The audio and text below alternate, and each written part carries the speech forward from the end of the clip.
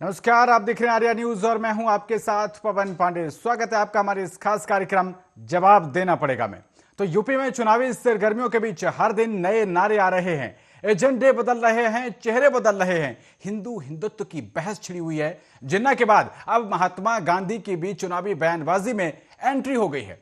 हालांकि इसकी शुरुआत की थी कांग्रेस के पूर्व अध्यक्ष राहुल गांधी ने, लेकिन अब यूपी के सीएम योगी आदित्यनाथ भी महात्मा गांधी को याद करने लगे हैं।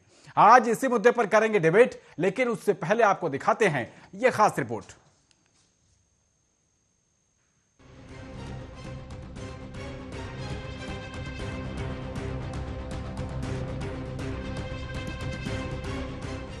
उत्तर प्रदेश में विधानसभा चुनाव की सरगर्मियों के बीच जनता को लुभाने के लिए हर दिन नए नारे आ रहे हैं। राजनीतिक दलों के एजेंडे बदल रहे हैं, चेहरे बदल रहे हैं और इन दिनों हिंदू और हिंदुत्व की बहस छिड़ी हुई है। जिन्ना के बाद अब महात्मा गांधी की भी चुनावी बयानबाजी में एंट्री हो चुकी है। हालांकि इसकी शुरुआत की थी कांग्रेस के पूर्व अध्यक्ष राहुल गांधी ने, लेकिन अब यूपी के सीएम योगी आदित्यनाथ भी महात्मा गांधी को याद करने लगे हैं। राहुल गांधी ने जयपुर की महंगाई रैली से हाल ही में एक बड़ी लकीर खींची। राहुल ने हिंदू और हिंदुत्ववादी का फर्क बताते हुए बीजेपी को घेरा था। राहुल ने कहा था, मैं हिंदू हूँ मगर हिंदुत्ववादी नहीं हूँ। ये सब हिंदू लोग हैं मगर हिंदुत्ववादी नहीं है। राहुल ने खुद को तो हिंदू बताया ही था, साथ ही ये भी समझाया था कि कौन लोग हिंदू हैं और कौन हिंदुत्ववादी। राहुल ने कहा था कि महात्मा गांधी हिंदू थे, जबकि गॉडसे हिंदुत्ववादी था। हिंदू सत्य को ढूंढता है, उसका रास्ता सत्याग्रह है। पूरी जिंदगी सत्य को ढूंढने में निकाल देता है। महात्मा गांधी ने आत्मकथा लिखी, माई एक्सपीरियंस विद ट्रूथ, मतलब पूरी जिंदगी उन्होंने सत्य को समझने के लिए बिता दी और अंत में एक हिंदुत्ववादी ने उनकी छाती में 3 गोली मारी। इस तरह राहुल गांधी ने महात्मा गांधी का नाम लेकर हिंदू और हिंदुत्ववादी का फर्क समझाया। हाल ही में राहुल गांधी ने कह दिया कि हिंदुत्ववादी अपनी पूरी जिंदगी सत्ता को खोजने में लगा देता है और 2014 से जो पार्टी सत्ता में है वो हिंदुत्ववादी है। यानी राहुल ने साफ कहा कि जो लोग गांधी के हत्यारे थे वो हिंदुत्ववादी थे और आज जो सत्ता में है वो भी हिंदुत्ववादी हैं। लिहाजा इन्हें सत्ता से बाहर करना चाहिए और इस तरह राहुल ने इस नारे को चुनावी एजेंडा भी बना लिया है। राहुल इस मुद्दे को जोर शोर से उठा रहे हैं। राहुल ने ये नारा भी भले ही जयपुर की रैली से दिया था, लेकिन उसके बाद कांग्रेस ने इसके सहारे बीजेपी के खिलाफ पूरा कैंपेन चला दिया। इतना ही नहीं बल्कि यूपी चुनाव में भी इसे कांग्रेस हथियार बना रही है। राहुल गांधी जब अमेठी की पदयात्रा में शामिल होने पहुंचे तो यहाँ भी उन्होंने अपना फोकस इसी बात पर रखा। राहुल ने अमेठी की धरती से नारा दिया, जो सच्चाई के लिए लड़े वो हिंदू और जो नफरत फैलाए वो हिंदुत्ववादी। एक तरफ सच्चाई, दूसरी तरफ झूठ। एक तरफ प्यार, दूसरी तरफ नफरत। एक तरफ अहिंसा, दूसरी तरफ हिंसा। महात्मा गांधी, नथुराम गोडसे। हिंदू की जो भावना आती है कहां से आती है? अंदर से पैदा होती है। वो प्यार की भावना होती है, निडरता की भावना होती है। जिसके दिल में प्यार नहीं है उसके दिल में डर ही डर होगा। जिसके दिल में डर है वो हिंदू हो ही नहीं सकता। कांग्रेस और राहुल गांधी के सबसे बड़े हथियार को बीजेपी ने अब कूंद करना भी शुरू कर दिया है। यूपी के मुख्यमंत्री योगी आदित्यनाथ ने खुद मोर्चा संभाल लिया है। रविवार को योगी गोरखपुर में थे, जहां उन्होंने वाराणसी के काशी विश्वनाथ कॉरिडोर प्रोजेक्ट का गुणगान किया। साथ ही ये भी कहा कि काशी की ये खूबसूरती देखकर महात्मा गांधी बहुत खुश होते। योगी ने कहा कि 1916 में जब महात्मा गांधी काशी आए थे और काशी विश्वनाथ मंदिर के दर्शन करने गए थे तो उन्होंने मंदिर के आसपास की तंग गलियों और गंदगी को लेकर टिप्पणी की थी, लेकिन अब पीएम मोदी ने पूरी स्थिति बदल दी है। महात्मा गांधी काशी से ये खूबसूरती देखकर बहुत खुश होते कि काशी बाबा विश्वनाथ का धाम। मुझे याद है जब मैं मुख्यमंत्री बना था तो प्रधानमंत्री जी ने मुझे बताया था कि गांधी जी 1916 में काशी हिंदू विश्वविद्यालय के उद्घाटन समारोह में आए थे और उद्घाटन समारोह के दौरान उनको काशी विश्वनाथ मंदिर में दर्शन करने का अवसर प्राप्त हुआ था। वहां की तंग गलियों को और उन गलियों में व्याप्त गंदगी को देख करके बहुत तीखी टिप्पणी महात्मा गांधी ने की थी। उस समय राष्ट्रपिता का संबोधन उनको नहीं मिला था, नए भारत की राजनीति में नए नए आए थे और उस समय उन्होंने बहुत तीखी टिप्पणी की थी, इतनी तीखी टिप्पणी की थी। अगर महात्मा गांधी जी के उस ऑडियो को आप सुनेंगे, आपको भी लगता होगा कि क्या वास्तव में काशी में बाबा विश्वनाथ का मंदिर इस प्रकार की तंग गलियों और गंदगी से भरा पड़ा रहा होगा। उस समय काशी की आबादी इतनी ज्यादा नहीं रही होगी, लेकिन गंदगी तब भी थी, अव्यवस्था थी, मक्खियां भिन भिना रही थी, तंग गलियां थी। याद करिए 100 वर्ष पहले 1916 में। लेकिन आज आप जाइए, राष्ट्रपिता महात्मा गांधी भी खुश हो रहे होंगे कि जो बात मैं उस समय बोलता था, प्रधानमंत्री मोदी जी ने उस परिकल्पना को साकार कर दिया, काशी विश्वनाथ धाम। सीएम योगी ने विकास कार्यों के सहारे महात्मा गांधी की खुशी को आगे रखा, जबकि राहुल गांधी गॉडसे और गांधी का जिक्र कर हिंदू धर्म को एजेंडे में रख रहे हैं। दरअसल गॉडसे के नाम पर अक्सर भाजपा नेताओं या उससे जुड़े लोगों को असहज स्थिति में देखा जाता है। शायद यही वजह है कि राहुल गांधी ने राष्ट्रपिता महात्मा गांधी को हिंदू और गॉडसे को हिंदुत्ववादी बताकर बीजेपी के धर्म के एजेंडे को टारगेट करने की कोशिश की है, जिसके जवाब में बीजेपी गांधी के सपनों को विकास कार्यों से पूरा करने की बात आगे रखी रही है। Special report Arya news.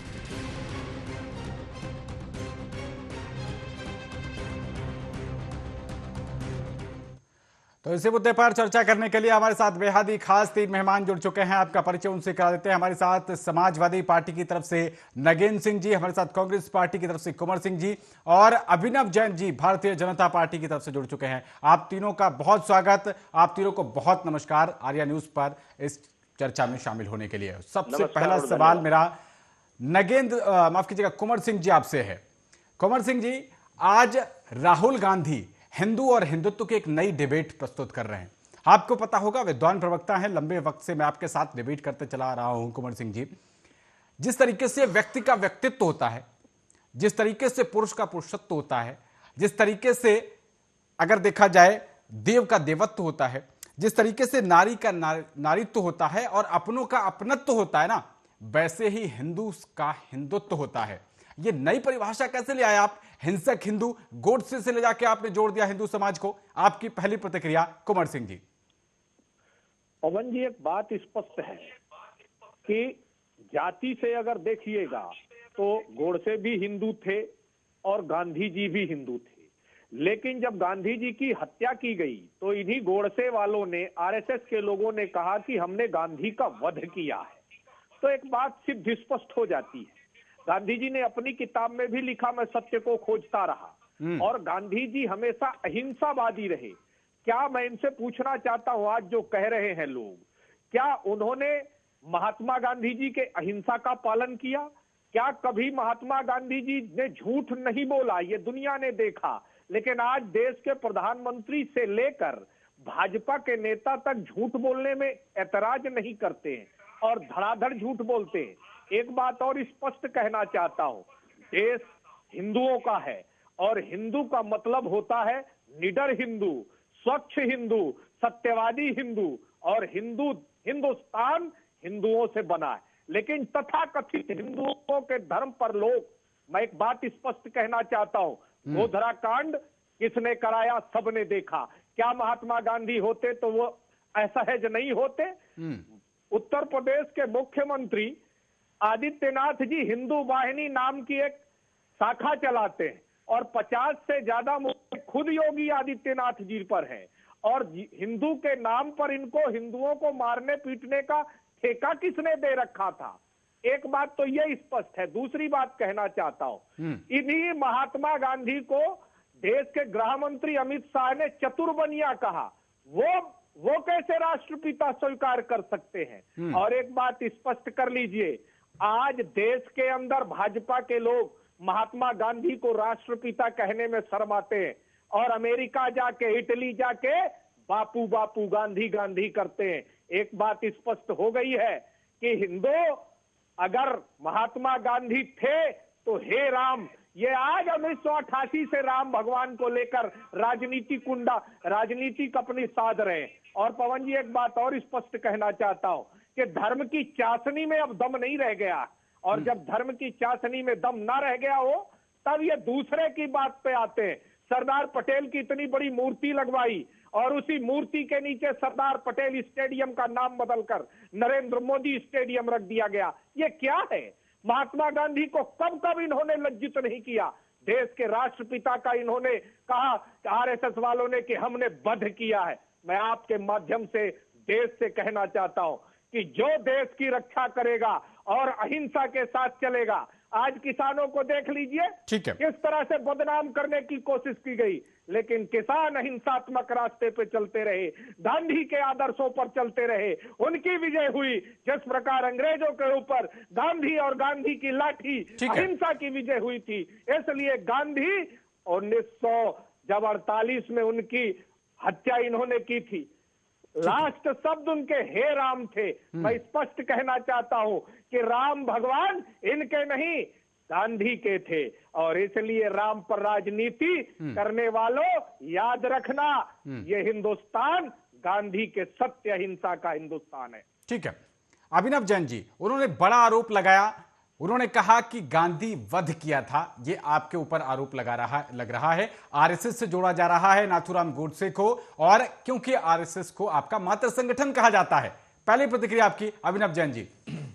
देखिए, ये इससे ये दर्शाता है कि ये डर चुके हैं, ये डर चुके हैं चौतरफा विकास से, ये डर चुके हैं हिंदुओं के हिंदुत्व के ऊपर जब जैसे आ गए ये, तो ये विकास से डर चुके हैं। और जो चारों तरफ धर्म की पताका फैल रही है, चाहे वो महाकुंभ हो, चाहे वो अयोध्या का विकास हो, चाहे वो काशी विश्वनाथ का विकास हो, चाहे वो चारों तरफ सड़कों का निर्माण हो, ये डर चुके हैं और इनकी हताशा बोल रही है ये बात। इन लोगों ने इतिहास को तोड़ मरोड़ कर अपने हक के अंदर अपने फायदे में उसको इस्तेमाल करने का काम किया है। इनको हिंदुत्व से कोई लेना देना नहीं है, इनको हिंदुओं से कोई लेना देना नहीं है, और विकास के नाम पे तो ये हमेशा फेल होते आए हैं, हमेशा नकार दिए गए हैं। इनकी हताशा ये बोल रही है। मैं इनसे पूछना चाहता हूं कि अयोध्या का विकास क्या जन जन का विकास नहीं है? क्या वहां पे टूरिज्म नहीं बढ़ा?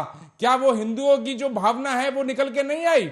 जब कुंभ के मेले को, कुंभ के स्नान को जब अंतरराष्ट्रीय स्थल के ऊपर जिसके बारे में प्रशंसा हो रही है, उससे ये घबरा रहे हैं। काशी विश्वनाथ जो मात्र 5000 स्क्वायर मीटर में सिमट गया था, आज वो 5 लाख स्क्वायर मीटर के अंदर पहुंच गया, उससे ये लोग घबरा रहे हैं। मैं कहना चाहता हूं कि जिस तरह से हिंदू इनको करारा जवाब देगा, लेकिन इस समय इनकी हालत एक तरह से कंफ्यूजन की है। ना ये अपने आप को हिंदू बता पा रहे हैं, ना अपने आप को ये गैर हिंदू बता पा रहे हैं। कम से कम मोदी जी ने इनकी ये हालत कर दी, योगी जी ने इनकी ये हालत कर दी कि आज ये हिंदुत्व का मुद्दा लेके बैठे हैं, उसको लेकर आगे आए हैं, मंदिरों में जा रहे हैं, अपने आप को हिंदू बता रहे हैं। कहीं ना कहीं हिंदूवादी और हिंदू जो धर्म है उसको इन्होंने मानना शुरू कर दिया, उसका कहीं ना कहीं अपने तरीके से प्रचार शुरू कर दिया। ये मैं मोदी जी की विजय मानता हूं, ये मैं हिंदुत्व की विजय मानता हूं। ठीक है नगेन जी, मैं आपके पास आता हूं।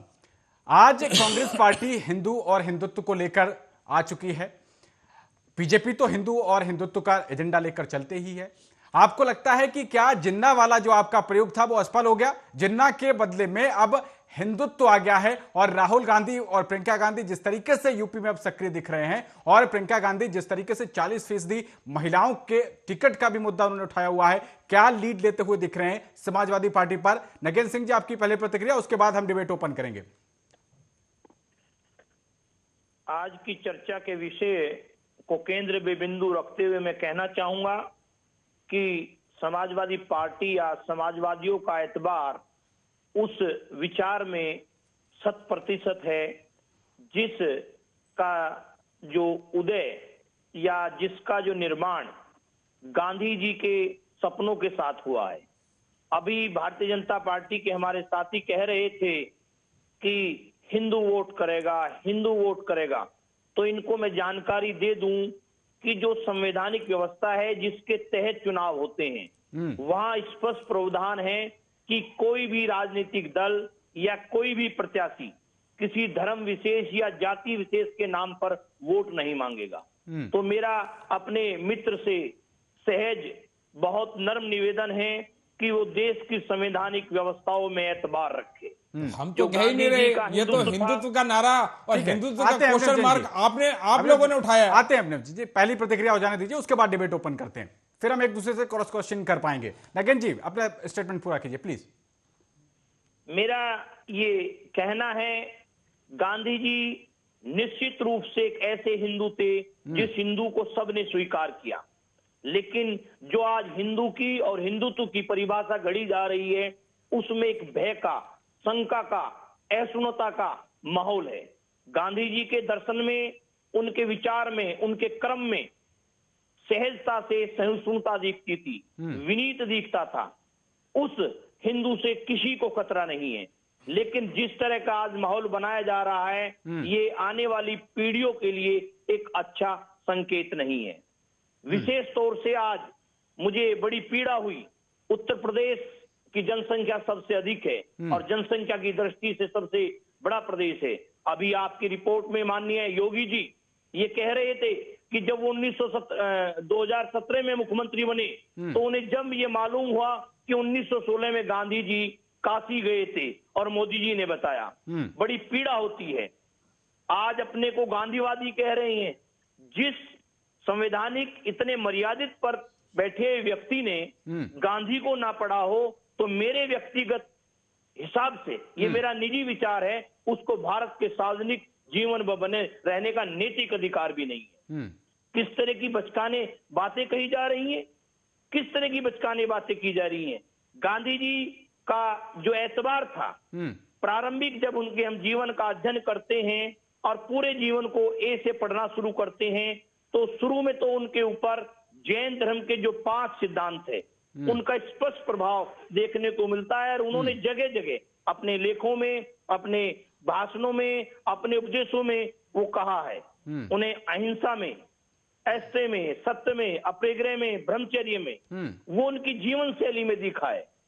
और उसके बाद जिस हिंदुत्व में, जिस हिंदू धर्म में उनका एतबार था, आप लोग जाइए अभिलेखागार में और 12 अक्टूबर 1921 का यंग इंडिया में जो उनका लेख है उसमें वो कहते हैं कि मैं सनातनी हिंदू हूं, मेरा एतबार वेद में है, पुराणों में है, हिंदू दर्शन में है और पुनर्जन्म में है, अवतारों में है, पूजा पद्धति में है, लेकिन गाय में है, गाय की रक्षा में है, लेकिन मूर्ति पूजा में नहीं है।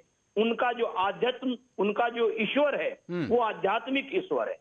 तो अगर इनका इतना ही एतबार है योगी जी का और मोदी जी का, तो मंच से उनको खड़े होकर कहने चाहिए कि जो मूर्ति पूजा को लेकर गांधी जी का विचार था ये लोग उससे सहमत हैं या असहमत हैं, इसको भी मेरे भारतीय जनता पार्टी के साथी भी स्पष्ट करें और देश के और प्रदेश के मुख्यमंत्री और देश के प्रधानमंत्री भी इस चीज को स्पष्ट करें। ठीक है, लेकिन नगेन सिंह जी, हिंदुत्व से लेकर जिस तरीके से अभी लाल टोपी, भगवा टोपी, इन सबको लेकर एक बहस चलती रही, ये भी एक हिंदुत्व के रूप में देखा जाता है। भगवा रंग है वो हिंदुत्व से जोड़कर देखा जाता है। आज अगर राहुल गांधी, हालांकि जयपुर में उनकी रैली थी महंगाई को लेकर, लेकिन वो बोल गए वहां पर हिंदू और हिंदुत्व को लेकर, अब वो यूपी में भी आ गया है। आप इस हिंदू और हिंदुत्व की बहस के बीच अपने आप को कहां खड़ा हुआ देखते हैं? जिस हिंदू धर्म की या हिंदुत्व की परिकल्पना फिलहाल की मौजूदा सत्तासीन या इस विचार के दक्षिणपंथी विचार के लोग कर रहे हैं, हिंदू और हिंदुत्व एक बहुत बड़ा व्यापक दर्शन है। उसको देश में या व्यक्ति विशेष में या किसी एक विचारधारा विशेष में बांध के नहीं रखा जा सकता। तो आपने अभी कहा नगेन सिंह जी कि दर्शन दे रहे हैं, मूर्ति पूजा में लेकर उनका विश्वास नहीं था। मूल उद्देश्य अपने राजनीतिक हित को साधकर ध्रुवीकरण करने का है। हमारा कोई इसमें एतबार नहीं। चलो ठीक है। कुंवर सिंह जी, जी वो साफ तौर पर कह रहे हैं समाजवादी पार्टी पिछले चुनाव में आपका उनके साथ गठबंधन रहा था, लेकिन आज तो दोनों अलग अलग सुर में हैं। देखिए पवन जी, एक बात स्पष्ट है, यदि विकास की बात कह रहे थे भाजपा के नेता, तो मैं इनसे पूछना चाहता हूं, आपने ही कहा था हम किसानों का कर्जा माफ करेंगे, आपने ही कहा था हम गन्ना को 400 रुपया कर देंगे, आपने ही कहा था कि सब किसानों को खाद मिलेगी। हालात आपने देखा है, खाद के लिए 2-2 दिन लोग लाइन में लगे रहे। फिर इन्होंने कहा कानून व्यवस्था हमारी बनेगी, आपने देखा हाथरस की बेटी हो, चाहे शाहजहांपुर की हो, चाहे आगरा में कस्टडी में हत्या हो, चाहे गोरखपुर के अंदर मुख्यमंत्री के गृह जिले में किस तरह से एक व्यवसायी को पुलिस वालों ने हत्या कर दी। और एक बात स्पष्ट है कि जो योगी और भाजपा की सरकार का विरोध करेगा उस पे देशद्रोह का मुकदमा लगाने का भी कीर्तिमान योगी जी ने स्थापित किया है। High court, Allahabad high court ने टिप्पणी करी कि आप देशद्रोह के मुकदमे लगाते हो और ये सिद्ध नहीं हो पाते। तो हर जगह आप देखिए, चाहे बेटी की सुरक्षा का मामला हो, चाहे कर्मचारियों के पेंशन का और कर्मचारियों के वेतन का मामला हो। मैं आता हूं, हमारे भाजपा के साथी कह रहे थे कि कांग्रेस जाती है। 7 सालों के अंदर गंगा पुत्र ने पहली बार डुबकी क्यों लगाई? मैं इनसे पूछना चाहता हूं। उस गंगा पुत्र ने जब कहा था कि मैं बनारस, मुझे गंगा मैया ने बुलाया, तो गंगा मैया की याद 7 साल में उत्तर प्रदेश के चुनाव के पहले ही क्यों? और जिस प्रकार गंगा मैया के बेटे ने कहा था गंगा सफाई का, और 19,000 करोड़ मोदी जी रुपए की, तो आज का दिन पूरा नहीं पड़ेगा। ये आपकी सरकार की तरह नालायक नहीं है। आपकी नकारा सरकार, नालायक सरकार, जिनके पास अपने अचीवमेंट गिनवाने के लिए नहीं है, लेकिन मोदी सरकार, योगी सरकार के पास इतना कुछ गिनाने के लिए है। अगर दिन भर मैं बोलता रहूंगा तो पूरा नहीं हो सकता, चाहे वो शिक्षा के क्षेत्र में हो। का इस्तेमाल कर रहे हो तो तुमसे बड़ा नालायक कौन है जो अपनी बीवी को रात को छोड़कर चला गया? देश की बात करोगे तुम? अरे तुम रहने दो। जिसने अपनी बीवी को रात को आप छोड़ दिया, भूल गए, उससे बड़ा नालायक आपके देश में राज कोई के पैदा अंदर होगा। गुंडागर्दी थी। चलिए ठीक है, आपके राज में ठीक है। कितने आप दोनों, गुंडागर्दी थी? अभिनंदन जी, आता हूं आपके पास, और ये आपके पास। डिबेट मुझे है। गेस्ट को इंट्रोड्यूस कराने दीजिए। हमारे साथ इसी बीच वरिष्ठ पत्रकार विश्वेंद्र कुमार जी भी जुड़ गए हैं। विश्वेंद्र कुमार जी, आपका भी बहुत स्वागत है। कुंवर सिंह जी आते हैं आपके पास। प्रधानमंत्री देश को मिला है। कुंवर सिंह जी आते हैं आपके पास। आपकी सरकार के समय अभिनंदन जी प्लीज। आपके पास कोई उपलब्धता नहीं है बताने के लिए। ठीक है, आते हैं। आप लोगों की लड़ाई अभी काफी वक्त बचा हुआ है। अब मैं आता हूं विश्वेंद्र कुमार जी आपके पास। ये जो पूरा सिनारियो चल रहा है, यूपी चुनाव, जाहिर सी बात है देश का सबसे बड़ा राज्य है और बहुत ज्यादा हीटेड ये रहने वाला भी है। जिस तरीके से यूपी में चुनाव प्रचार होता है काफी आक्रामक होता है, लेकिन आपने देखा जयपुर में महंगाई को लेकर रैली कांग्रेस पार्टी की तरफ से बुलाई गई थी, लेकिन बहस हिंदू और हिंदुत्व को लेकर शुरू हो गई। अब वो जयपुर से सीधे कहानी आ गई यूपी चुनाव को लेकर। उसमें योगी जी ने एक और नया, यूपी के सीएम, उन्होंने एक और नया चीज जोड़ दी कि उन्होंने काशी विश्वनाथ में जब महात्मा गांधी आए थे तो उनको यहां पर गंदगी दिखी थी, और काशी विश्वनाथ कॉरिडोर का भव्य तरीके से दुनिया के सामने आना यह महात्मा गांधी के सपनों को साकार करता है। आप इसको किस नजरिए से देखते हैं, पत्रकारिता नजरिए के हिसाब से अगर विश्लेषण किया जाए? विश्वेंद्र कुमार जी।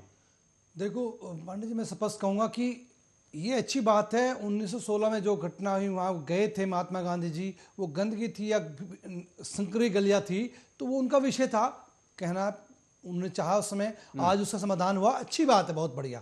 लेकिन हम सभी पार्टियों को इस रूप में कहना चाहेंगे कि सभी पार्टियां ये हिंदू या दूसरे मुद्दे तो ले, लेकिन उससे पहले विकास के मुद्दे ले। जिस प्रकार से रक्षा, महिला सुरक्षा या जो प्रदेश में सुरक्षा का विषय था उसमें समाधान हुआ, अच्छा हुआ, ये अच्छी बात है। उसके लिए भारतीय जनता पार्टी धन्यवाद के पात्र है, क्योंकि आज दिल्ली की अगर तुलना करें, दिल्ली में स्थिति खराब हो चुकी है और उत्तर प्रदेश में बहुत अच्छी हो चुकी है, इसमें दो राय नहीं है। लेकिन साथ साथ ही दूसरे मुद्दे भी विकास के ही लिए जाए, चाहे वो भारतीय जनता पार्टी हो, कांग्रेस हो, समाजवादी पार्टी हो, सभी की जवाबदेही है कि आम जनता को सुरक्षा के साथ रोजगार भी चाहिए,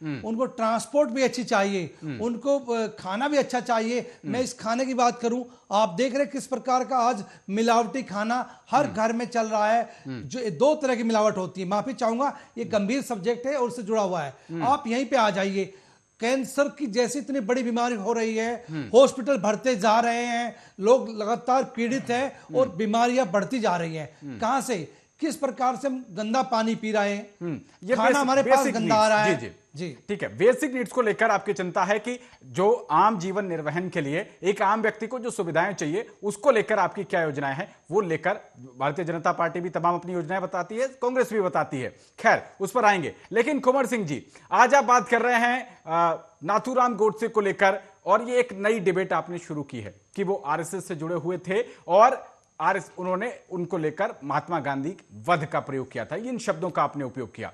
आखिरकार जरूरत क्या थी? मुझे ये नहीं लगता।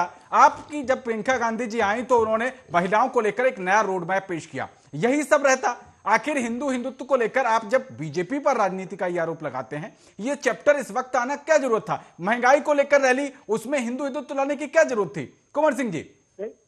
देखिए पवन जी, वक्त होता है जब बातें चलती हैं तो हर तरह की बात होती है। इतिहास से जो नहीं सीखता है, इतिहास को जो नहीं पढ़ता है और जो इतिहास को सामने रख के नहीं चलता है, वो देश को कैसे आगे बढ़ाएगा? अभी का साथी कह रहे थे, लोग कह रहे थे और भाजपा के नेता कह रहे थे कि हमारी सरकारों ने क्या किया। मैं इनको बता दूं, 72,000 करोड़ रुपया कांग्रेस की सरकार ने माफ किया है। मोदी जी ने नाखून नहीं कटाया कर्जे में। सूचना के अधिकार का कानून कांग्रेस पार्टी ले आई थी, जिसको मोदी जी की सरकार ने 40% कम करने का काम किया है। भारतीय खाद्य सुरक्षा अधिनियम कांग्रेस पार्टी ले आई थी, जिसको ये आज 5 किलो अनाज बांट रहे हैं। और देश के प्रधानमंत्री ने मनरेगा को कहा था कि ये देश की लोकसभा में कि ये हम कहेंगे कि गड्ढा खोदेंगे 50 साल बाद भी। आप में हिम्मत है तो एक नई योजना लाके दिखा दीजिए। और आपने तो कहा था 15 लाख दे देंगे, बुलेट ट्रेन चला देंगे। तो सम्मान निधि क्या है? तो कुंवर सिंह जी, इतनी सारी योजनाओं के बाद भी यूपी में आपका 32 साल का सूखा ये जो है ये खत्म नहीं हो पा रहा है। आखिर कमी कहां रह रही है? क्या केंद्रीय नेतृत्व में कहीं पर कमी है? वहां की वजह से आपके टारगेट हिट नहीं हो पा रहे हैं? पवन जी, राजनीति में उतार चढ़ाव होता है, ये मान लीजिए। राजनीति में सत्ता के नजदीक पहुंचना या सत्ता पर पहुंचना ही लक्ष्य नहीं होना चाहिए। हम मानते हैं कि उत्तर प्रदेश में हमारी 32 साल की सरकार नहीं, 32 सालों से सरकार नहीं है, ठीक है। लेकिन आज देखिए उत्तर प्रदेश के अंदर किस मुद्दे को कांग्रेस पार्टी ने नहीं उठाया। हम विपक्ष में हैं, हमने विपक्ष के सारे मुद्दों को लिखा है। लखीमपुर खीरी में जिस तरह हत्या की गई, अगर कांग्रेस पार्टी नहीं होती तो ये क्या करते? जिस तरह से नहीं, तो उसके लिए समाजवादी पार्टी वहां पर एक वहां पर समाजवादी पार्टी, कुंवर सिंह जी, ऐसा नहीं है कि आपका गठबंधन टूट गया तो आप बिल्कुल नकार दें उनको। नगेन सिंह जी, आप उंगली उठा रहे हैं, आपके पास ही मैं आ रहा हूं। आपकी पार्टी को लेकर यह बात कही जा रही है कि लखीमपुर केस में जो कुछ हुआ उसमें आप बहुत अच्छी तरीके से एक कोई स्टैंड नहीं ले पाए। प्रियंका गांधी लीड ले गई। मैं पांडे जी निवेदन करूंगा जी, लखीमपुर पे अपना कमेंट्स दूंगा। सबसे पहले घर से और अपने कार्यालय से निकलकर जैसे ही सूचना मिली तो हमारे राष्ट्रीय अध्यक्ष जी लखीमपुर खीरी के लिए निकले, लेकिन उनको एक तरह से मतलब लखनऊ अरेस्ट ही कर लिया गया। लेकिन मेरा ये निवेदन है पैनल से भी और आपसे भी, जो डिबेट का मुख्य बिंदु है विकास पे और दूसरे मुद्दों पे हम चर्चा किसी और दिन कर लेंगे। आज इस चर्चा को जो वर्तमान के राजनीतिक सत्तासीन लोग हैं, इनका हिंदुत्व और गांधी जी का हिंदुत्व, मैं समझता हूं इस पे अगर रखा जाए तो ज्यादा बेहतर होगा। नहीं, वो टॉपिक तो है, वो टॉपिक तो है नगेन सिंह जी। अगर आप इस पर डिबेट करना चाहते हैं तो एक चीज और भी बता दीजिए। आज 20 दिसंबर है और मुरादाबाद के कांठ में जो कुछ हुआ था, जहां पर आपकी सरकार के ऊपर आरोप लगा था कि आपकी पुलिस जूते पहनकर हिंदू धर्म स्थल में जाकर घुस गई और लाउड स्पीकर उतार के फेंक दिए, उसकी आज सुनवाई थी। तो ये भी आपका हिंदुत्व था, इस पर भी जनता आप जवाब मांगेगी, याद होगा आपको। मैं ये स्पष्ट, पवन पांडे जी, मैं ये स्पष्ट कर दूं, जो हिंदू धर्म के आस्था के केंद्र हैं, चाहे वे प्राकृतिक नदियां हों जिनमें गंगा भी है, या ऐतिहासिक या वैदिक काल से जो भी स्थान रहे हैं जहां हिंदू आस्था के साथ जाता है, और 80% तकरीबन हिंदू हैं इस मुल्क में, और उनकी आस्था का, उपासना पद्धति का और एतबार का अलग अलग तरीका है।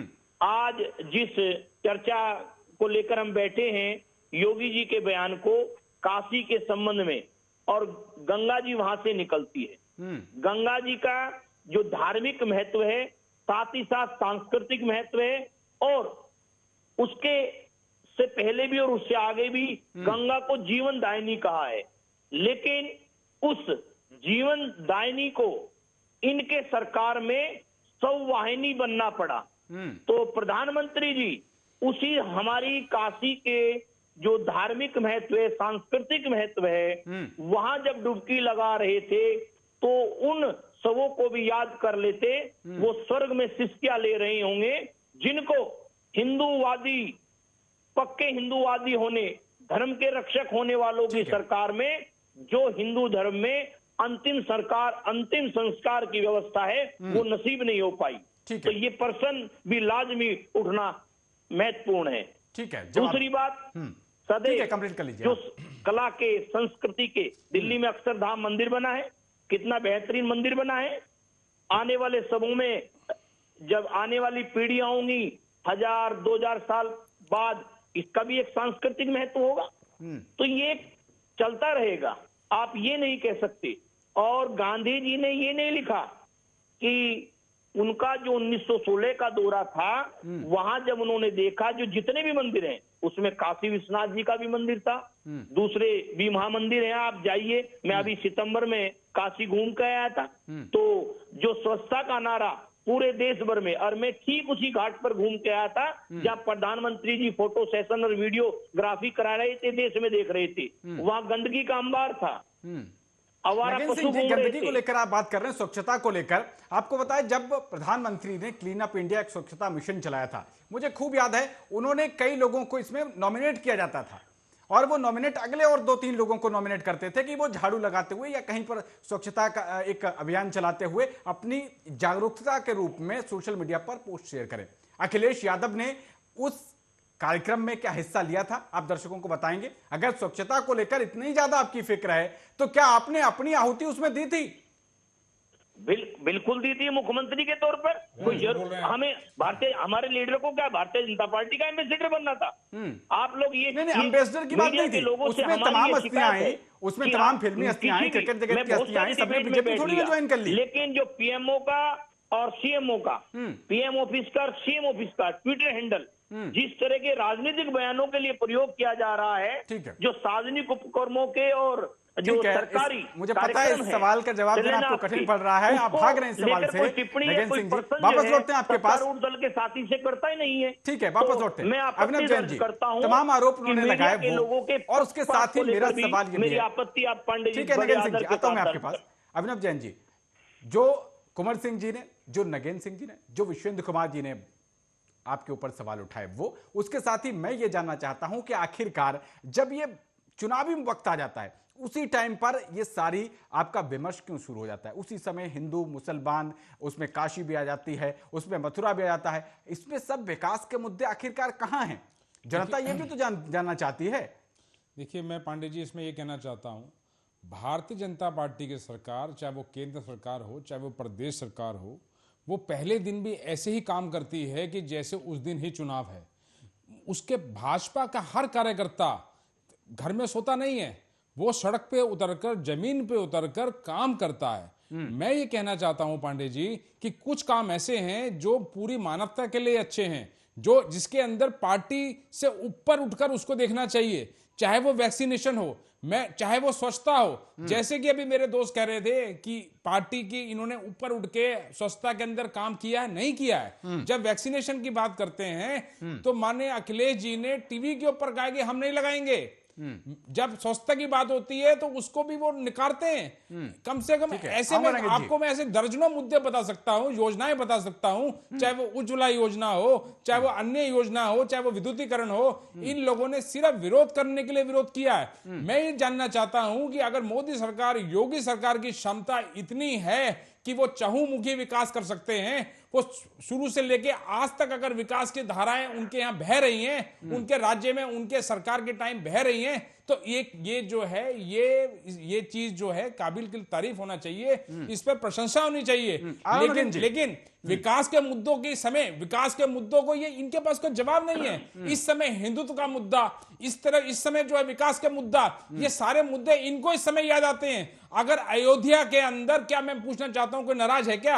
अयोध्या में चाहे हिंदू हो चाहे मुसलमान हो, अगर अयोध्या की जनता से पूछोगे तो सब खुश हैं। अगर काशी विश्वनाथ की आप वहां पे जनता से पूछोगे, चाहे वो हिंदू हो या मुसलमान हो, वो खुश हो। वहां पे एक तरह का टूरिज्म बढ़ गया है, वहां पे व्यापार बढ़ गया है, वहां पे आने जाने की सहूलियत हो गई है। मैं ये कहना चाहता हूं कि चहुमुखी विकास, चाहे आप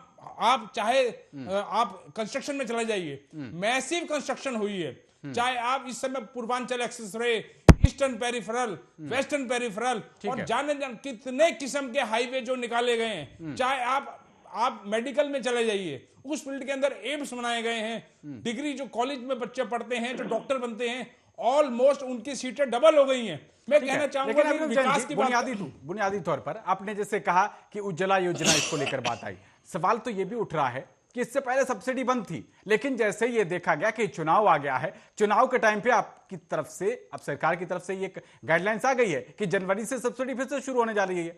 क्या इसको चुनावी रिश्वत ना माना जाए? और जो 1-1 किलो आप रिफाइंड चने नमक के पैकेट बांट रहे हैं, अगर इससे पहले राहुल गांधी की तरफ से न्याय योजना की बात कही गई थी और आप लोगों ने कहा था कि ये तो एज अ ब्राइब है, तो इसको ब्राइब क्यों ना माना जाए? देखिए, कोरोना हम जानते हैं कि कोरोना चलते चलते 2 साल हो गया, तो ये तो जो बांटने की बात है, 2 साल से जो है योगी सरकार मुफ्त में अनाज बांट रही है, मुफ्त के अंदर राशन दे रही है, क्योंकि जरूरत है। योगी सरकार ने 10-10 हजार रुपए रेडी पटरी वालों को भी उनकी मदद के लिए, उनकी सहायता के लिए दिए हैं। तो क्या आप इसको जो है आप इसको ब्राइब मानेंगे? वैक्सीनेशन जो कि हमने पूरे अंतरराष्ट्रीय पटल पे किसी भी देश से हमने पूरे कंधे से कंधा मिलाते हुए पूरे हमने उनके कंपटीशन के अंदर अपनी जनता को निःशुल्क वैक्सीनेशन लगवाई है। क्या ये ब्राइब मानेंगे? ये इस तरह की योजनाएं मोदी सरकार, योगी सरकार ये चुनाव देख के नहीं करते। हाँ, कोई चीज पहले आती है, कोई चीज बाद में आती है, ये तो हमारे घर के अंदर भी ऐसा होता है। ठीक है, मैं विश्वनाथ कुमार जी से एक टिप्पणी चाहता हूं इस बीच। विश्वनाथ कुमार जी, ये जो पूरा मामला आपने चला, इन्होंने गिनाया कि कोरोना काल में ये दिया, वो दिया, फलाना दिया, ढिमकाना दिया। राहुल गांधी की तरफ से न्याय स्कीम की बात आई थी, उन्होंने भी कहा था कि हम करीब 12,000 रुपए के आसपास की कोई एक गारंटी की स्कीम कोई लेके आए थे, हालांकि पब्लिक ने उसको स्वीकार नहीं किया। क्या इस वक्त चना, नमक, दाल, ये कहा जा रहा है कि चुनाव तक ही इसको बढ़ा के रखना, ये एक तरीके से जनता की तरफ इशारा है कि हां, अगर हमको जिता दोगे तो आगे बढ़िया रहेगा, हमको हरवा दोगे तो ये बंद हो जाएगा? यही मैसेज देना चाहती है विश्वनाथ कुमार जी? नहीं पांडे जी, ऐसा नहीं है, क्योंकि कोरोना आज से 2 साल पहले आया था लगभग, तभी से देश के प्रधानमंत्री जी ने देश की जनता के हित को देखते हुए ये फैसला लिया था कि सबके घरों में समस्या है, जो है मजदूरी दिक्कत आ गई है, दूसरे प्रॉब्लम्स आ गई है, उन सबको देखते हुए, उन सबको समाधान के लिए, सभी के समाधान के लिए ये योजना शुरू की थी, जो आज भी आवश्यकता थी और शुरू की है और जारी है। इसको वहां ना जोड़ा जाए, क्योंकि कोरोना था, आज भी स्थितियां ज्यादा अच्छी नहीं है, तो इसलिए उन्होंने ऐसा किया, तो अच्छी बात है, ये धन्यवाद के पात्र है। इसमें हम इस बात को देश के प्रधानमंत्री जी को बधाई देंगे कि देश की जनता, बहुत बड़ा देश है, उसके विषय में सोचा और व्यवस्था की, क्योंकि इतनी बड़ी व्यवस्था करना भी बड़े दिल की बात थी, बहुत गंभीर विषय था, ये छोटी बात नहीं थी कि एक एक घर में, और जहां 130 करोड़ लोग हो, ऐसी जनसंख्या के सामने इस तरह की वस्तुएं, जो उसकी आवश्यक वस्तु है, वो पहुंचाना, पहले व्यवस्था करना, फिर उसका सिस्टम बना करके वहां तक पहुंचाना, अरेंज करने के बाद, तो ये बड़ा काम था, अच्छा काम किया देश के प्रधानमंत्री। विश्वनाथ कुमार जी, प्रियंका गांधी की तरफ से 40% टिकट महिलाओं को देने की बात यूपी में कही गई है, आपको लगता है? बड़ी आबादी है, आधा तबका है, पार्टनर कहा जाता है, क्या आपको लगता है कि यह दांव कुछ कारगर हो पाएगा? जहां पर उनकी अभी सीटें सिंगल डिजिट में लगी हुई हैं, ये कुछ आगे बढ़ेंगी या कोई चमत्कार भी हो सकता है? आपके पत्रकारीय विश्लेषण का क्या निचोड़ है? देखो पांडे जी, क्या होता है कि बहुत सारे मुद्दे होते हैं, उनमें से एक ये भी मुद्दा है कि उन्होंने महिलाओं को सम्मान देने का प्रयास किया, लेकिन अभी मैं पिछले वार्ता में कह रहा था कि विशेष बात है कि हिंदू धर्म में, ठीक है, आपने एक बात चलाई, आज का विषय बहुत अच्छा है, हमारे एक साथी पैनलिस्ट ने कहा भी, भाई आज इस पे चर्चा होनी चाहिए, हिंदू की चर्चा होगी, क्योंकि देश हमारा हिंदू से जुड़ा हुआ है, दुनिया में हमारा एक ही देश ऐसा है। महिलाओं को जो 40% टिकट वाला, उस पर आ रहा हूं सर, जी। लेकिन उसमें महिला, उसमें यह भी एक मुद्दा था, हिंदू की बात का चर्चा होनी को बड़ी बात नहीं थी, महिलाओं को आरक्षण देने का एक अच्छा कदम है, निश्चित तौर पर उससे प्रभाव तो पड़ता ही है, लेकिन इतनी बड़ी सफलता मिलेगी इतने बड़े देश में, इतने बड़े प्रदेश में, वो संभावना नहीं है, लेकिन कुछ उसकी मजबूती मिलना जायज है, मिलती है। ठीक है, कुंवर सिंह जी, उसके बाद नगेन जी मैं आपके पास आ रहा हूं। कुंवर सिंह जी, बहुत अच्छी बात है, आज आप हिंदुत्व की बात राहुल गांधी जी उठा रहे हैं, और राजीव गांधी जी ने भी अपने चुनाव अभियान की शुरुआत एक बार अयोध्या से की थी, ये बहुत अच्छी बात है, लेकिन इसी कांग्रेस ने कुंवर सिंह जी, भगवान राम को सुप्रीम कोर्ट में राम डज नॉट एग्जिस्ट, ये वर्ड वहां पर रखे अपने एफिडेविट में, और इसी के साथ आपके कद्दावर नेता, पूर्व मंत्री रहे कपिल सिब्बल ने यह कहा, जब ये राम मंदिर के ऊपर सुनवाई चल रही थी, डे टू डे हेयरिंग चलने वाली थी, तब कहा था कि इसको 2019 के चुनाव के बाद सुनिएगा।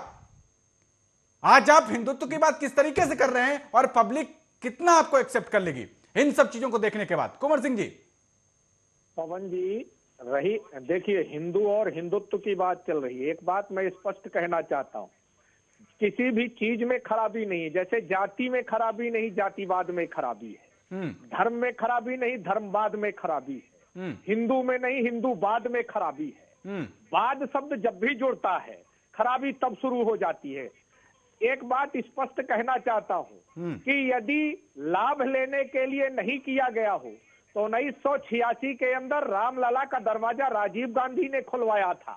ये कोई भाजपा के नेता ने नहीं खुलवाया था। देश के प्रधानमंत्री ने रामलला के दरवाजा खोले थे और पहली बार पूजा अर्चना हुई थी। तो मैं ये कहना चाहता हूं कि देश के अंदर धर्म की बात हो तो एक समान होनी चाहिए। अब जब भाजपा अगर धर्म की बात कहे तो रासलीला, नरेंद्र मोदी जाके गंगा नदी में डुबकी लगाए तो रासलीला, अगर राहुल गांधी चले जाए तो कैरेक्टर ढीला। मैं स्पष्ट कहना चाहता हूं कि ये कोरोना महामारी का आड़ लगा रहे हैं। मैं इनसे पूछना चाहता हूं, 76 खरब रुपया आपने विश्व बैंक से लिया, उसका हिसाब क्या है? लेकिन कुंवर सिंह जी, पूरा सावन बीत गया, राहुल गांधी का कहीं पर भी जलाभिषेक करते हुए फोटो नहीं आया। पैसा दिया। कुंवर सिंह जी, जिस समय गुजरात में चुनाव चल रहे थे, आपको खूब याद होगा, राहुल गांधी मंदिर मंदिर जा रहे थे, पूरा सावन गुजर गया, अपने आप को शिव भक्त कहा था उन्होंने, और पूरा सावन गुजरने के बाद भी कहीं पर भी जलाभिषेक करते हुए फोटो नहीं आया उनका। कैलाश मानसरोवर के फोटो आए थे कुंवर सिंह जी, आपने देखा होगा जी। केदारनाथ गए, मां वैष्णो के दर्शन करने गए। अब देश का राजनीतिक व्यक्ति है, जब राजनीति जाएगा कहीं किसी प्रदेश में तो जाते हैं, कहाँ नहीं जाते। लेकिन मैं इनसे स्पष्ट पूछना चाहता हूं कि यदि ये राजनीति नहीं कर रहे तो 7 साल में डुबकी लगाने की क्या जरूरत थी? आप इनसे भी पूछ लीजिए। ठीक है, लेकिन डुबकी तो प्रियंका गांधी भी लगाने गई थी प्रयागराज, आपको याद होगा। पवन जी, मैं एक बात पूछना चाहता हूं। देश 2 चीजें पूछना चाहता है कि नरेंद्र मोदी जी ने जो वादे किए थे वो कब पूरे होंगे, और देश की मीडिया के सामने 7 साल से नरेंद्र मोदी जी नहीं आ रहे, तब देश की जनता का जवाब देंगे। मन की बात से देश का पेट नहीं भरता है। और रही टीकाकरण की बात, तो जब सुप्रीम कोर्ट ने कहा 35,000 करोड़ बजट के कहाँ है, तब आपने कहा पेट्रोल डीजल में आपने महंगाई बढ़ाई। आज ये नहीं, बस ये तो शोभा नहीं देता आप पर। जब पेट्रोल डीजल पर प्रधानमंत्री मोदी की तरफ से कहा गया कि वहां से एक्साइज ड्यूटी कम की जा रही है, तो सबसे बाद में आके राजस्थान ने कम किया। ये तो बिल्कुल कांग्रेस को, मतलब किस तरीके से कुछ तो मॉरल ग्राउंड रखेंगे कुंवर जी। पवन जी, मैं एक बात आपसे कहना चाहता हूं जी कि जीएसटी का विरोध किया या पेट्रोल के कम किया बाद में, मैं भाजपा के नेताओं से पूछना चाहता हूं कि तब आप कांग्रेस के शासित प्रदेशों को देख रहे थे। कृषि कानून लाने से पहले आपने किस किसान शासित प्रदेश से देखा था? कौन से कांग्रेस शासित प्रदेश से आपने पूछा था? अब मैं पूछना चाहता हूं, क्या जरूरत पड़े आपने जीएसटी लाद दी, आपने नोटबंदी लाद दी, आपने कृषि कानून लाद दिए, आपने श्रमिक कानून लाद दिए, आपने एजुकेशन बिल लाद दिए, किससे पूछ के आपने किया? किससे सलाह मशविरा? ठीक है, जवाब लेते हैं, बताइए। ठीक है, जवाब लेते हैं। नगेंद्र सिंह जी, आज ये जो हिंदुत्व की पूरी बहस चल रही है, इसमें समाजवादी पार्टी तो कहीं दिख ही नहीं रही, क्योंकि जनता ये जानना चाह रही है कि सिर्फ जिन्ना से ही प्यार है, या जो राम भक्तों पर उस वक्त जिस समय मुलायम सिंह जी मुख्यमंत्री थे, जो गोलियां चलवाई गई थी, वो टीस अभी तक जा नहीं रही, उसी एजेंडे पर लगे रहे हैं। इसीलिए कहीं आपको लगता है कि जो MY फैक्टर है मुस्लिम यादव का, वो कहीं डिसबैलेंस ना हो जाए? नगेंद्र सिंह जी, कोई डिसबैलेंस नहीं हो रहा। जो संवैधानिक पद पर बैठे हुए व्यक्ति का दायित्व होता है, उसका निर्वहन करना चाहिए। दूसरी बात, विकास की बात जैन साहब कह रहे तो नीति आयोग की रिपोर्ट पढ़े उत्तर प्रदेश के संबंध। इनके विकास का जो खाका है वो इनको ये लोग जान जाएंगे। अब प्रश्न हिंदुत्व की बात है, गांधी जी की बात है। अगर वास्तव में योगी जी का और मोदी जी का स्पष्ट रूप से और आचरण और कर्म और दर्शन के हिसाब से गांधीवादी विचारधारा में एतबार हो गया है, तो हम इसकी प्रशंसा करेंगे। लेकिन इनको याद रखना चाहिए, गांधी जी ने जो पूजा में उनका एतबार था, मूर्ति पूजा में नहीं, पूजा में एतबार था। और उनकी पूजा में कुरान की आयतें, बाइबिल, गीता, वेद, शास्त्रों का वाचन हुआ करता था। हम उस भारत की परिकल्पना में एतबार रखते हैं जिसकी परिकल्पना गांधी जी ने की थी, न कि आजादी के समय में हिंदू महासभा और आरएसएस ने हिंदू भारत की परिकल्पना की थी। हिंदू में हमारा एतबार है, हम हिंदू हैं, जन्म से हम हिंदू हैं। ये सर्टिफिकेट भारतीय जनता पार्टी के लोग नहीं देंगे कि हम किस आराध्य को मानते हैं, किस तरह से हम पूजा करते हैं। अभी प्रश्न आ रहा था राहुल जी को लेकर, अखिलेश जी को लेकर, प्रियंका जी को लेकर कि वो अमुक तरीके से मंदिरों में जा रहे थे। निजी रूप से अपनी आस्था के अनुसार वो कर रहे थे। मेन स्ट्रीम मीडिया या लोकल मीडिया ने अपनी तरह से उसको कवर किया, लेकिन प्रधानमंत्री जी ने पूरे देश के मीडिया को सरकारी संसाधन से उसको टेलीकास्ट कराया, ब्रॉडकास्ट कराया। आपत्ति विपक्षी दल होने के नाते इस बात पर है। तो जो स्टेट का नगेंद्र सिंह जी, जब गाजियाबाद में हज हाउस का टेलीकास्ट हुआ था पिछले कार्यकाल के दौरान, उस वक्त का आपको ये समझ नहीं आया था? आप तो हज हाउस ही टेलीकास्ट कराते रह गए, यही तो बीजेपी का आरोप है। आप लोग तो हज हाउस का टेलीकास्ट कराते रह गए। आज अगर वो काशी विश्वनाथ, जिस पर आप लोगों को इतना पीड़ा हो रही है, मुझे समझ नहीं आ रहा आखिरकार पीड़ा किस बात की है। उस दिन भी अखिलेश यादव की तरफ से बयान आया कि कृषि कानूनों को लेकर किसानों की जो डबल इनकम की बात कही गई है, 1.5 गुनी, वो न पूरी हो पाए, इस वजह से ये काम किए जा रहे। अरे 800 करोड़ रुपए सर, 800 करोड़ रुपए में क्या होता है? इससे ज्यादा तो अच्छा अखिलेश यादव जी एक होटल बनाने जा रहे थे, पता नहीं चलता, आधा नहीं बन पाता सर वो। प्लीज काशी धाम का जो जीर्णोद्धार हुआ है उसका तो हम स्वागत करते हैं, लेकिन उसका जो प्रस्तुतिकरण जिस तरह से किया गया उस पर हम आपत्ति करते हैं। और प्रधानमंत्री जी ने उसी मंच से काशी धाम के उद्घाटन के अवसर पर हमारी पार्टी, तो सर ये तो अपनी अपनी विचारधारा है, उनको अच्छा लगा, उन्होंने काशी विश्वनाथ का टेलीकास्ट करा दिया। आप लोग थे तो आप लोग सफाई महोत्सव करते थे, सफाई महोत्सव करते थे। ये तो अपनी अपनी प्रायोरिटीज हैं। गाजियाबाद के हज हाउस में किस तरीके से रिपोर्टिंग हुई, किस तरीके से कवरेज हुई, मुझे वो भी याद है पिछले कार्यकाल के दौरान। और इसीलिए आप पर आरोप लगते हैं, इसीलिए आप बीच में जिन्ना को ले आते हैं, इसीलिए आप वैक्सीन के ऊपर सवाल उठाते हैं। नहीं, बिल्कुल नहीं था, बिल्कुल नहीं था। ठीक है, विषय जा रहा हूं। का कार्यक्रम है, सार्वजनिक वितरण प्रणाली का कार्यक्रम है, अभिनव जैन कह रहे थे, पहले से भी चला आ रहा है।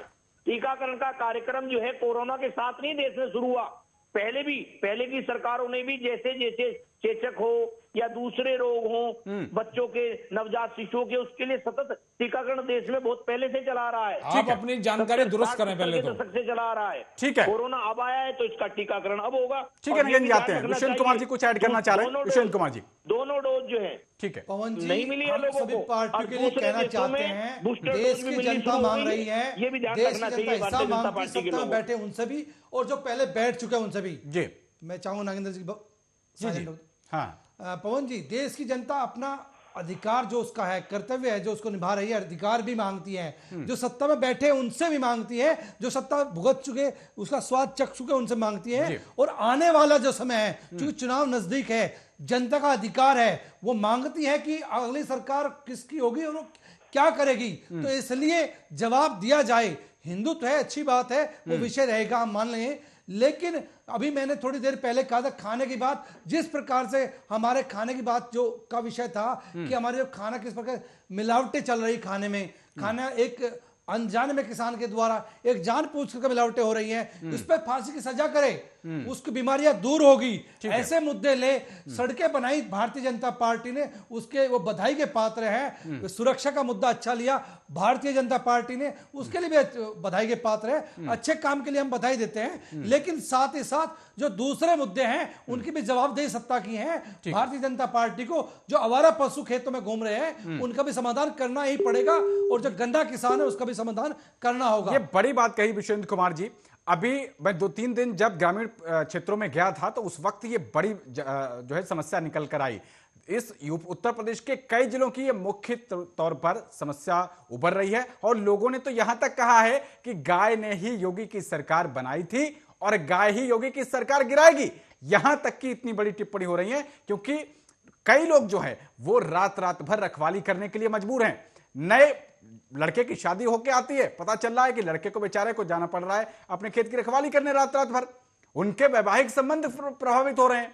यह भी एक बड़ी बात आपने उठाई विश्वेंद्र कुमार जी। जी, सच्चाई में बहुत दर्द है इस बात का किसान को भी कि किस प्रकार से रात रात भर जागते हैं और सुबह दिन में फिर वो अपना काम करते हैं। उसकी फसल खा चुके हैं, किसान की फसल, कौन आवारा पशु, उसका समाधान किया जाए, बिजली का समाधान किया जाए। और दूसरे मुद्दे भ्रष्टाचार वाली बात मैं स्पष्ट कर दूं, अब ये केस है शामली का, मेरे पास रोते हुए कुछ लोग आए, वहां के एक्शन है बिजली विभाग के रविवंशी जी कि वो लगातार 6 महीने से कह रहे हैं, मुख्यमंत्री के यहां भी उन्होंने अपनी कंप्लेंट की है कि जी हमारा खेत जल चुका है, 2 बार आग लग चुकी है, इसका समाधान किया जाए, हमारी लाइन शिफ्टिंग की जाए, हम उसका पैसा देने को तैयार हैं। जून से वो मेरे पास लिखित लेके आए, एक एप्लीकेशन दी है मुख्यमंत्री के यहां भी, गृह मंत्री के यहां भी, और उन्होंने दी ऊर्जा मंत्री के यहां भी, ठीक है, जिसके बावजूद भी आज की तारीख तक समाधान नहीं कर रहे। ऐसे समाधान होना चाहिए, लोगों की समस्याएं दूर हो। ठीक है, ठीक है। अभिनव जैन जी, जो एक बड़ी बात उठाई विश्वेंद्र कुमार जी ने, ये ब्यूरोक्रेसी का विषय है और जनता की तरफ से बड़ी प्रतिक्रिया यह भी आ रही है कि इस सरकार में ब्यूरोक्रेसी जो है वो एकदम आउट ऑफ कंट्रोल रही। विधायक की सुनी नहीं जाती। आमतौर पर अगर कैबिनेट मंत्री नहीं है तो राज्य मंत्री और स्वतंत्र प्रभार मंत्री की भी नहीं सुनी जा रही। सर, इतनी कई फोन मेरे पास आते हैं, मैं आपको दसियों मैसेज दिखा दूंगा, यह बात कही जा रही है। जो अभी एक उदाहरण दिया विश्वेंद्र कुमार जी ने, इसके लिए आपके पास क्या चीज होगी? दूसरी चीज, और इसको कुंवर सिंह जी आप भी सुनिएगा, राहुल गांधी जी ने कहा है, ट्वीट करके कहा है कि अभी जब वो अमेठी गए हैं तो उनको सड़कें वैसी ही मिली हैं। उन्होंने कहा कि जनता ने दोनों को परख लिया, मतलब अमेठी के बाद अमेठी में राहुल गांधी के बाद स्मृति ईरानी को भी परख लिया, वो भी कुछ बड़ा वहां पर अंतर नहीं कर पाए हैं।